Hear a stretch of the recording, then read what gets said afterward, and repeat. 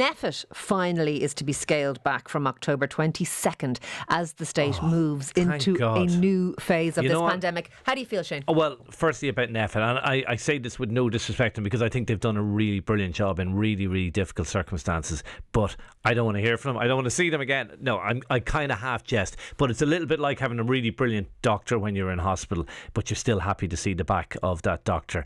And I think, the day when we're not talking about NEFIT, we're not talking about daily case numbers, we all crave that day. I think today is a fantastic day. And look, important to stress, COVID hasn't gone away. It's going to be with us for a while yet, but there is a sense that normality, and we do need to be cautious, and you never know with this pandemic, but there is a sense that we are getting back to something, or we will be getting back to something close to normality. I'd argue a little bit harder, you do know, with this pandemic, because we had never seen a pandemic that lasted more than about 2.5 years, and we're kind of coming up to that date.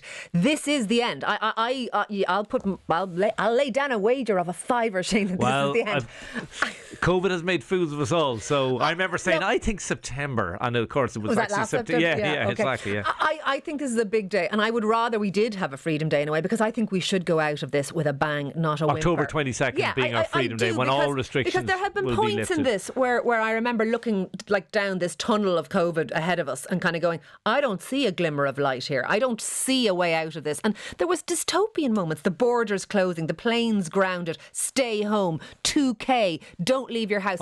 Do you remember Patrick's Day 2020? I remember being outside my door singing O Roche de Vahawali with all the neighbours. Yeah, of course I was. I wasn't singing Ireland's Call anyway, that's for sure. But anyway, and I remember all our neighbours were out, but we were staying miles away from each other. I mean, there was that, and the day when it came to my kids' school was the first school to be hit by it, and getting that call, and just this sense of, oh my God, there's panic. Myself and my daughter had COVID, and people left food at our doors and backed away.